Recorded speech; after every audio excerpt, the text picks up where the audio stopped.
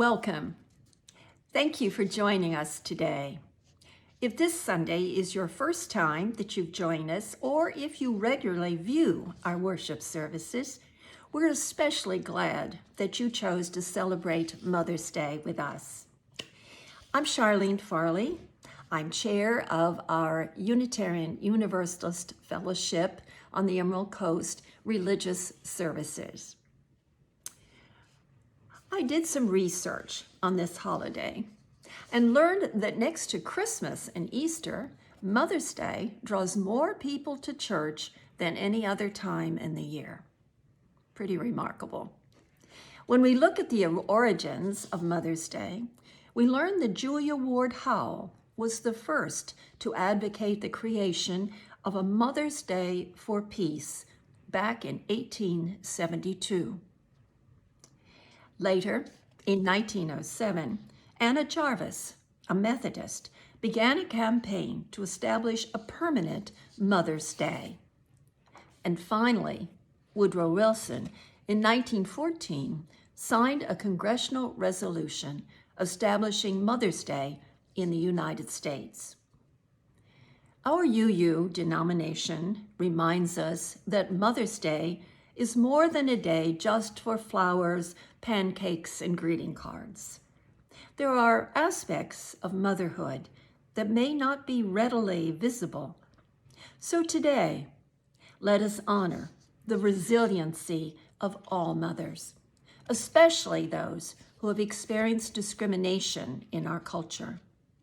Let us all pledge to support conditions that help all families to thrive. Our sermon today was pre-recorded by the Reverend Meg Barnhouse, senior minister at the First Unitarian Church of Austin.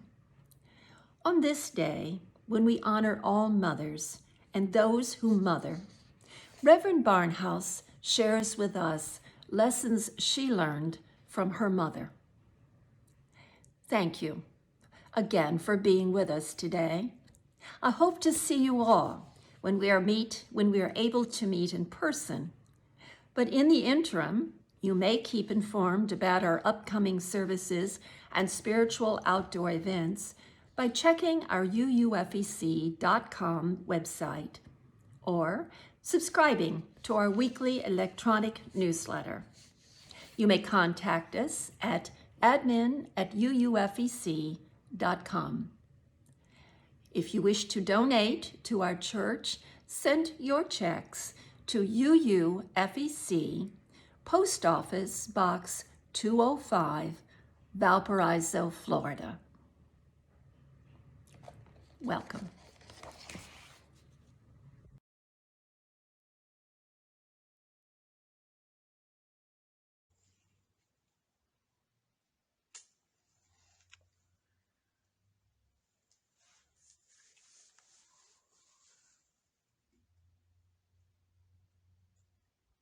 Mother's Day Chalice Lighting by Claudine Dean Oliver. We light this chalice for mothers and mothering, to celebrate those who have taken on the task of nurturing a young one, baby, child, or youth, into adulthood. To celebrate those who have nourished the light of truth and compassion in growing minds and hearts. To celebrate those who have committed time, money, energy to the growth of others in this world. We light this chalice to celebrate and hold dear this flame of love.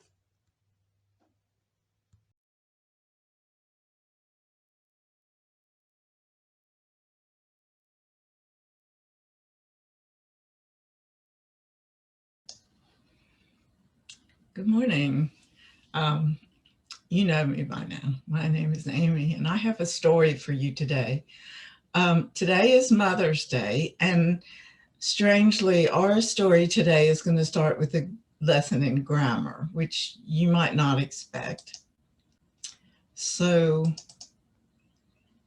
I want you to look at this right here.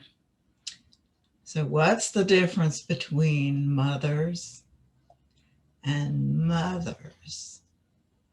And it has to do with where this little apostrophe is.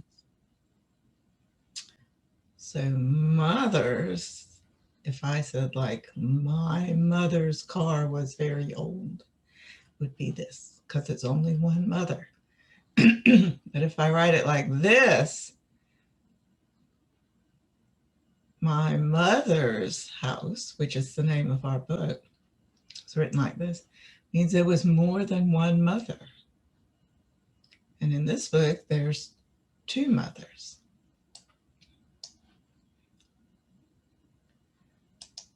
So this is the book, see, Our Mother's House by Patricia Poliko, and she also illustrated this book. So see, this is a family with two mothers. And I just really love this book. Now I'm going to read this story to you, but I'm skipping some of it. So if you want to read the whole story, you'll have to go get the book yourself.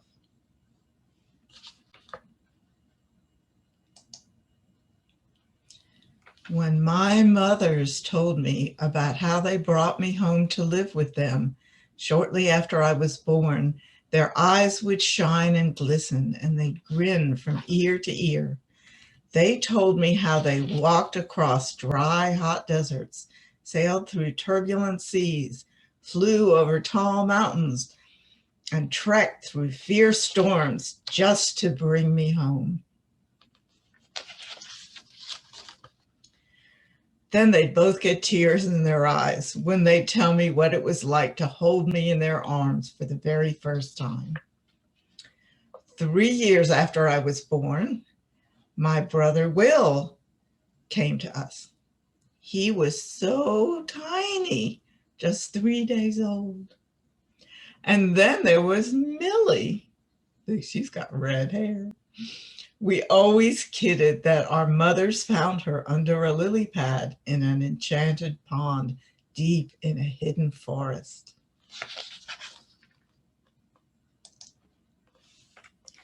Our mothers were so different from each other that all of us often wondered how they found each other at all. Mima was short and stout.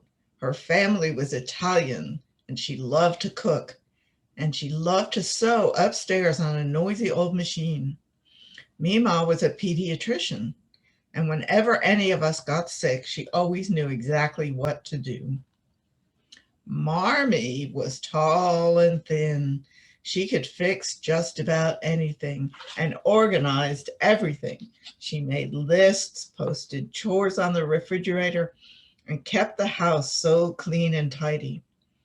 Marmee was a paramedic who rode in an ambulance. Whenever there was any kind of emergency, she always remained calm and took charge. Our mothers loved to laugh. Mima's whole body shook when she laughed. Marmee laughed almost silently, but she'd laugh so hard that she'd practically fall down and go limp.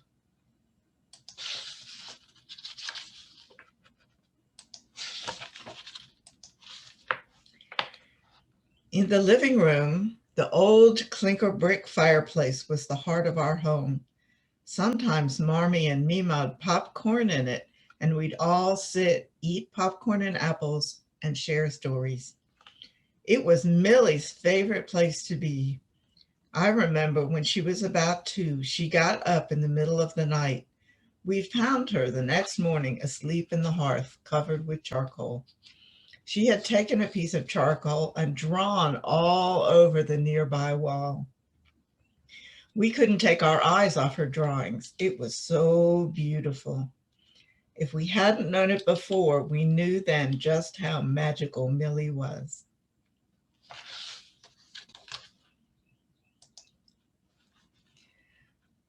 The most favorite place to be for us kids was the sunroom above the carport. That is where all of our toys lived. It was where we played dress up and where every Halloween costume we wore began. No store-bought costumes for us. Marmee and Millie designed them, and Mima would help us sew them. One year we went as wild animals. Hardly any of our neighbors recognized us, except for Mrs. Lochner.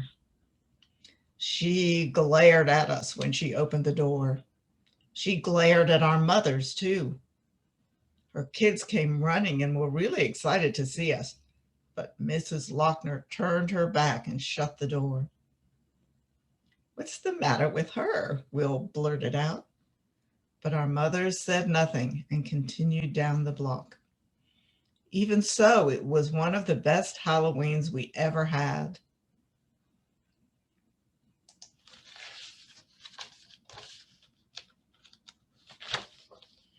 One of the best things about our mother's house was the treehouse that we built in the backyard. Practically the entire neighborhood helped us. It all started with Will, who, like Marmee, was always building things. That night, all of us kids got to sleep there. Even the Lochner kids were invited, but their parents came and got them. They barely spoke to us, just pulled them down the driveway. They just plain don't like us, I guess. I couldn't quite understand why. We always tried to be respectful and friendly the way our mothers taught us to be.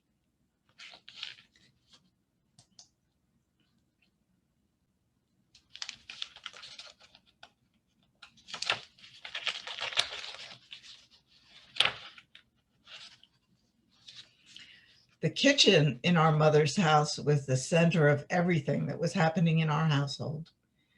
The kitchen doorway was where us kids got measured each year. It was like that in my house too. I remember each year, Mima and Marmee's handwriting. It's still there even now. All of our family holidays began in the kitchen.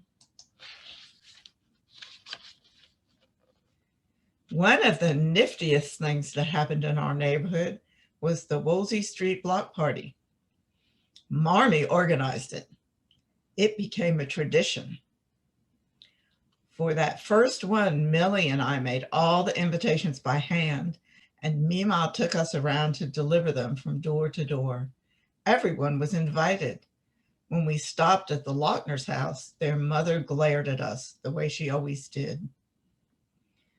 "Why doesn't that lady like us, Mima?" I asked my mother. She just smiled at me and hugged me up. "I like you, baby," she said, and we went on our way. The day of our big block party arrived. Each of the homes on the street had to invent some sort of game in their front yard. The McGuires across the street had a landmine contest. A blindfolded player had to pick his way past marshmallow mines while a caller warned him where they were. The Goldsteins had a penny toss on saucers. The Brooks family had a dunk tank. A lot of fathers got dunked that day. The Abdullahs had a fishing booth. I think our family had the best game of all, a miniature golf course. Will, Marmee, and I put it together. We lashed together old rain gutters with traps and obstacles that had to be putted around.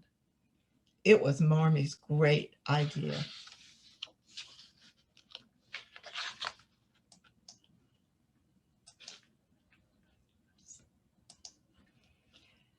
At the end of the day, when everyone was cleaning up, Mima looked up to see Mrs. Lochner coming down the street. The Lochners had been invited but hadn't come. She planted her feet squarely in front of our mothers. I don't appreciate what you two are," she snarled at Mima and Marmee. Will and Millie came running up. I froze where I was. Mrs. Lochner wheeled and stalked off. "What's the matter with her, Mama? What's the matter with her?" Millie kept saying. All the neighbors closed in on us. "She is full of fear, sweetie. She's afraid of what she cannot understand. There seems to be no love in her heart either," whispered Marmee. The neighbors agreed.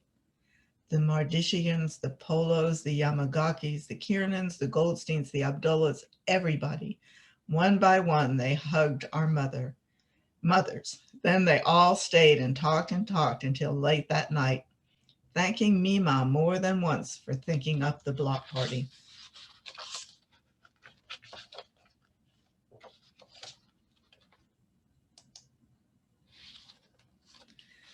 From the day we entered our mother's house, they prepared us for the day that we would leave it. I was the first when I left to go away to medical school. Then Will left to study engineering. Our Millie went all the way to New York to become a fashion designer. Of course, our hearts never left our mother's house. And over the years, Will, Millie, and I returned to be married in the garden, back under the treehouse. We celebrated holidays together there, sang at birthday parties there, cried together when we lost our grandparents. When the three of us had our babies, all of them took their first steps in front of that clinker brick fireplace in the living room and fell into the waiting arms of their grandmothers, just as we had. We watched our mothers grow old together in that house.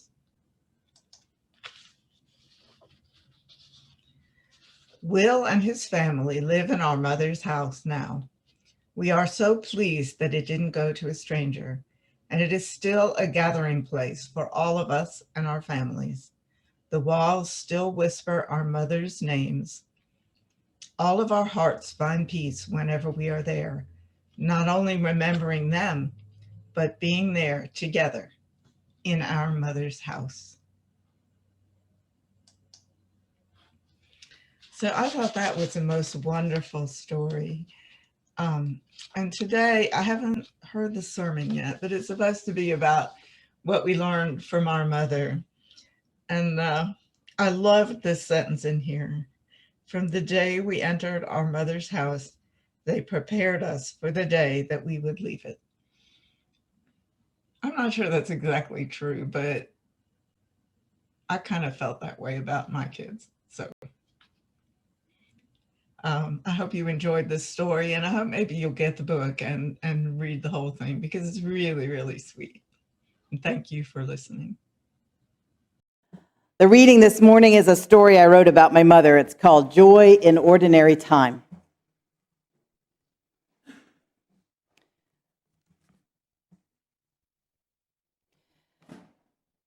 My mama was a second grade teacher at the Gladwin Elementary School in the rich suburbs of Philadelphia. She loved the children, but she was shy with the parents, who were financiers, pro ball players, attorneys, members of the junior league, cricket clubs, and fox hunting clubs.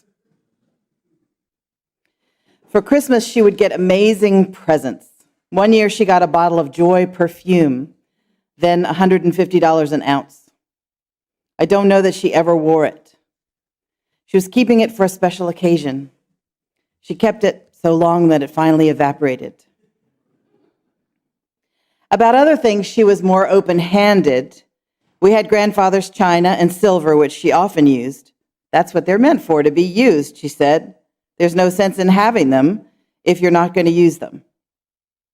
That open-handedness did not extend to her own person. She wore sensible clothes, comfortable shoes, white cotton underwear.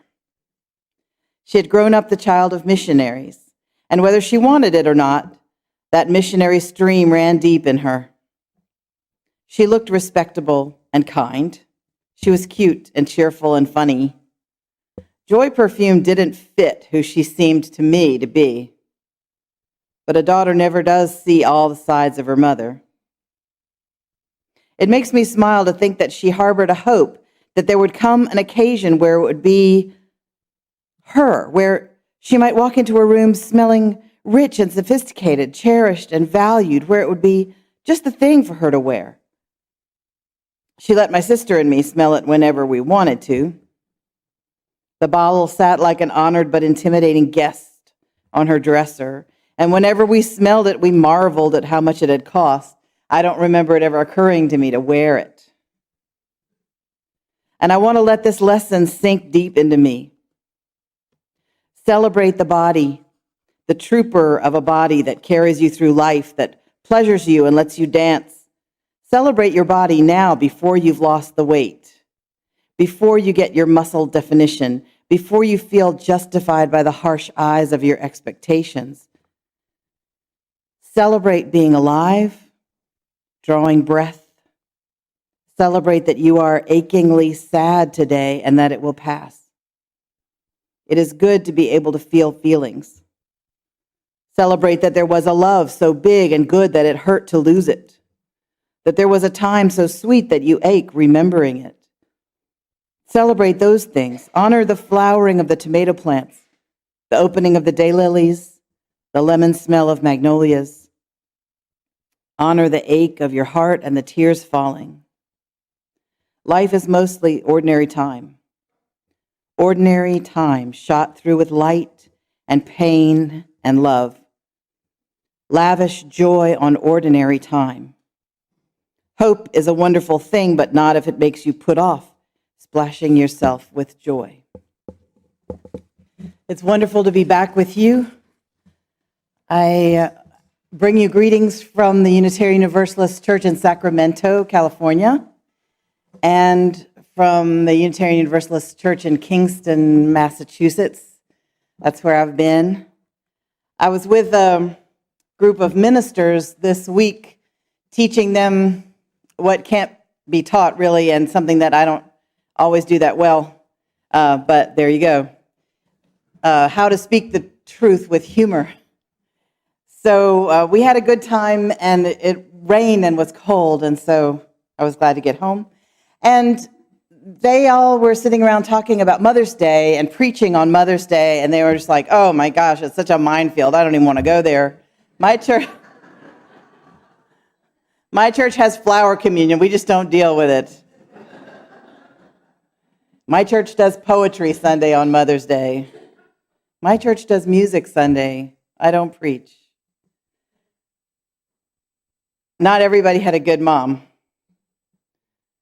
And we all, those of us who do have children, we all wonder whether we're a good mom or not. Many days we suspect that we're not. Many of us are mothers of one thing or another, whether it be children or ideas or businesses, art. I'm just going to tell you about my mom this morning, the things I learned from her.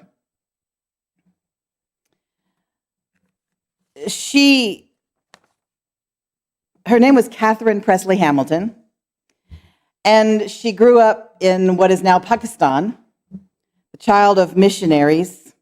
She came back to the States when she was 16 and had to go to the international student meetings just to feel comfortable because she did not really belong as an American. Her parents preached to the Muslims and the Hindus who were around the town of Lahore, which is now in Pakistan. So when I knew her, she remembered a little bit of Hindi and a little bit of Urdu, and she would sing hymns in Urdu while she washed the dishes. And when I was in seminary, I invited some international students home. There was a guy named Sam who was from Pakistan and a guy from Ethiopia, but he'd been in school in Moscow. And we had a wonderful Thanksgiving dinner. And Sam was helping her wash the dishes, and he came back in crying because he said, your mother has such the accent of the village in her Urdu. The Ethiopian Marxist priest from Moscow converted to capitalism during a game of Monopoly.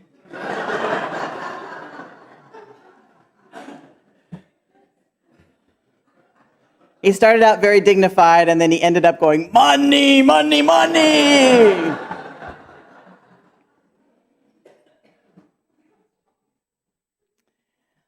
When they were children, they would come home on the boat for furlough. The boat took a long time, and they would stay in the States for 4 or 5 months at a time.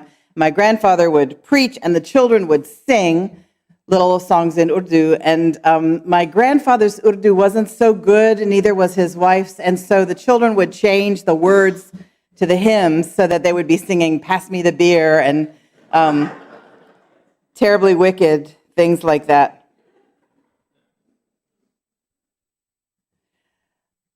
My mother said she wasn't sure why until later, but all of her aunts and uncles would cry when they saw them getting off the boat. She said it was mostly because we were so ragged. We dressed from the missionary barrel, and so there were clothes that were 20 years out of style and that had big holes in them or stains on them because people don't send the missionaries their best clothes. And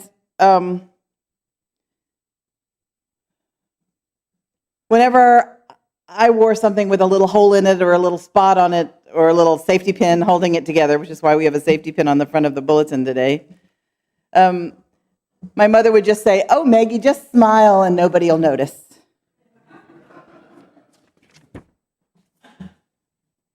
My mother was a believer in smiling. She preferred to stay happy. And part of how she stayed happy was to see things in the most positive possible way. Whenever she had a choice, she would see them positively. She was, I think I would call it willfully positive. She would say, "The day I had you all was the happiest day of my life. The happiest." I'm like, "I think it was the only day you ever took really strong drugs, Mom."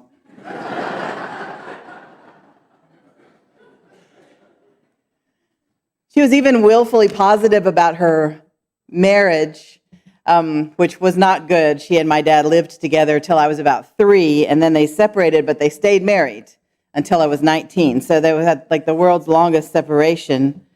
And she would say, "Your father is a difficult man, but I love him."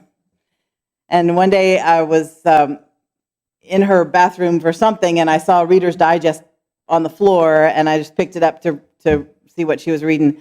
And she had filled out this questionnaire about your marriage. And there was a question that said, "If you had it to do over again, would you do it over again?" And she had checked no. And I was shocked. It just tells you how children see the world. They see what they're used to. And now I'm shocked that I was shocked, but there you go. She just smiled and didn't think about it. She smiled about teaching 2nd grade. She loved it. Loved it. Every minute. She never complained. She told funny stories at the dinner table about what happened with the children. She told one story that she didn't think was funny. She was outraged. One of the children came in with an earring and said, My dad said he found this in his bed and he wants to know, is it yours?"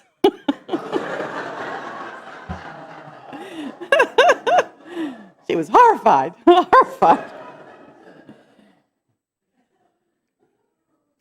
She always took a nap when she came home from teaching school, and I used to tease her about it. I would be like, "Oh, Ma, you got to take a nap, huh? You had a really hard day." And then I went to teach with her one day. I was 14. I was at the height of my powers, and boy, I passed out when we got home. She was really good at telling elephant jokes and knock-knock jokes. We would groan. And when we were camping, which we did every summer, she would take out the plastic plates that went with our VW camper van, and she would go, "Red, green, purple." They were all different colors. We were like, "Ma, we know our colors. We're like 17.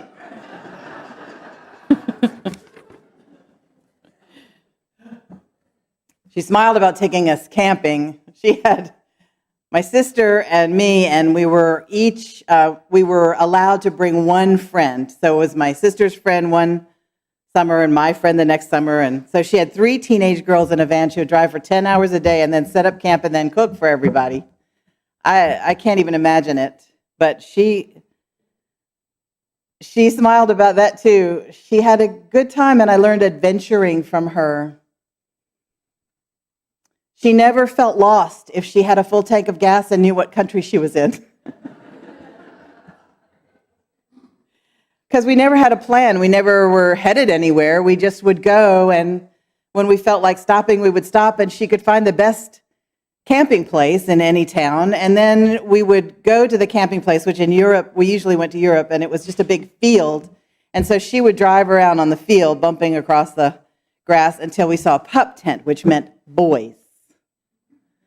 And so we would camp next to a pup tent, and she wanted to find us some boys. Otherwise, we'd be like, Mom, we're bored.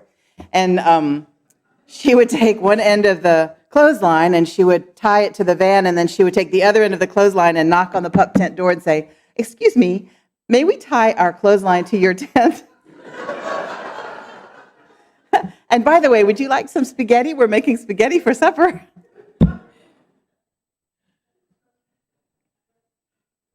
If there weren't any boys, we would have belching contests, which she always won. My mother was a lady in so many ways. She taught me to drive with admonitions to keep my wrists loose and do this when I turned the wheel. And yet she never was too much of a lady when camping. So I learned that. Be a lady when you need to be, but don't take it camping. She always paid a tithe, 1/10 of her income, to the church. She was a very, very, very faithful about that. And one summer we were driving across the country to California, and on our way home, the car broke down in Needles. I don't know if you've ever been to Needles, California, but it is in the middle of nowhere. And so we had to get towed pretty much across the Mojave Desert, I think. And at the time, this was in the 70s, it cost $290. And she said, "You know, Maggie, God is joking with me." And I said, "Really?" She said, $290 was the amount of the tithe that I was going to pay for this summer. And I thought I would hold back and not pay it just in case we had an emergency. And God is just telling me if I had paid it, our car wouldn't have broken down.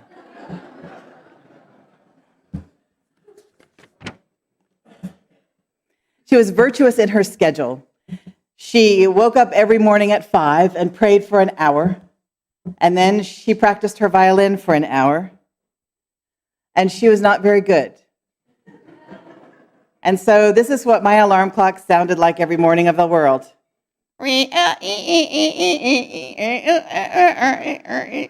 Hannon on the violin. She played in the mainline symphony orchestra in the way back row. And she kept it up. And so what I learned from her about that is a thing worth doing is worth doing badly. If it brings you joy. She kept smiling when she got a lump in her breast. She prayed about it. And the lump didn't go away. And she waited a year for God to heal her. And then went to the doctor. He did a mastectomy and radiation and then another mastectomy. And she was in and out of the hospital for the next 5 years. And we kept hearing the cancer was gone and then it would come back. And so I learned not to hope. She always did hope, though. She said, "Maggie, everything that happens to me is good because God is good." And I remember arguing with her one time about that because I was in seminary and it makes you mean.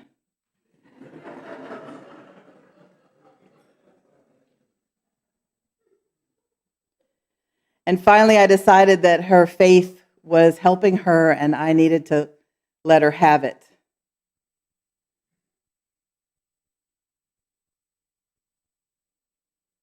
She also went to faith healers. They made me mad because they said, God isn't healing you because you have an unconfessed sin in your life. So she racked her brain to try to figure out what it could have been. Now, this is a woman who was a saintly little second grade teacher who prayed for an hour every morning and was sweet. How could she have an unconfessed sin in her life? Those rats. And then one of them came to the house to pray and said, If anyone does not have faith that God could heal this woman, I'm giving him a southern accent, but he was from New Jersey.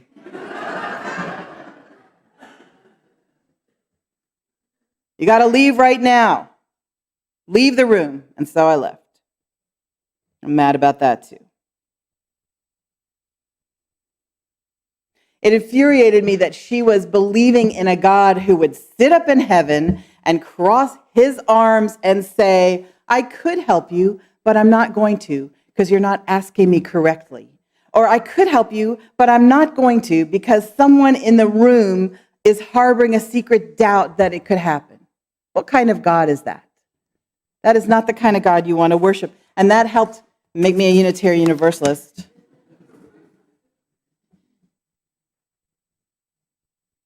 My mother was excruciatingly honest in most things. One time we drove into a drive-in movie. I don't know how many of you are old enough to remember those, but we got all hooked up with the little speaker on the window, and it was a pain, and you have to roll it up just right, and we were in there, and finally she realized that she had told the guy my sister was under 12, and she'd had her 12th birthday a couple days before.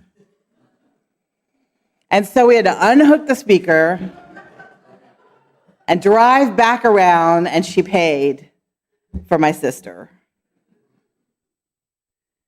One time I came in from school and I found her sitting at the kitchen table crying. And I said, Mama, what's the matter? And she said, somebody sent you a postcard. I'm like, oh no. She said, and I read it.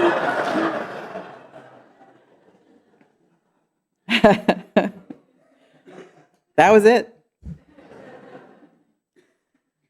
Her cancer made her honest about the rest. She was about 45 when she got sick, and at 46, she sassed her mother for the first time.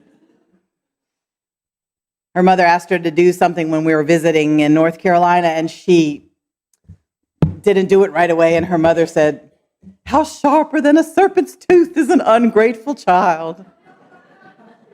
And she said, and I turned around to her and I said, Mama, I am not a child. And then she started crying, and she said, I know I've treated you like a child sometimes, and if I had it to do over again, I wouldn't do it. And I'm like, Mama, I'm 21. It's okay. And she said, no, I think if I had it to do over again, I would tell you no less. I said, no, no, no, all the time. I remembered that when I was raising my boys. She never did get honest about dying, though. She always said God was going to heal her until the night that she called me at seminary and said, the Lord is taking me. And so I got in the car, I got in somebody else's car because I couldn't drive, and I was too upset. And some stranger really in the hall, I didn't know her that well, but she was in training to be a minister, so you could kind of count on helpfulness there. And she said, I'll drive you. It was an hour and a half, and she drove me and took me home, and I got to sleep by the sofa the night she died, and when you would call her name, she would go, just a minute, I'll be right there, like she was already traveling somewhere.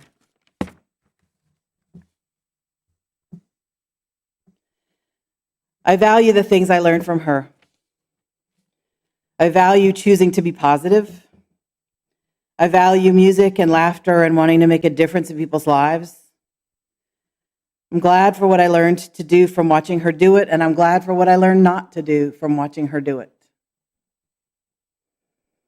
My values are different from hers, but I carry her with me, and I know you carry your mother's too. And it is my hope that on this Mother's Day, we can all bless our mothers for the good that they gave us and forgive them their faults, if we can afford to. May we understand that we don't have to become just like them if we think about it and live with intention. And it is my hope that many of us who are parents can remember that we've given our children many treasures, and that we've also given them things that will not be helpful for them, and we must allow them to let them go. And that is how it should be.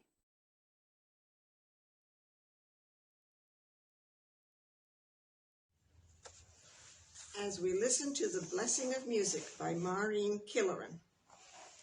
As we listen to the blessing of music, may we know this ending as more than a time of goodbye. May the warmth of this community and the memory of our chalice flame sustain our hearts and encourage our minds as we engage the blessings of life's challenges and joys.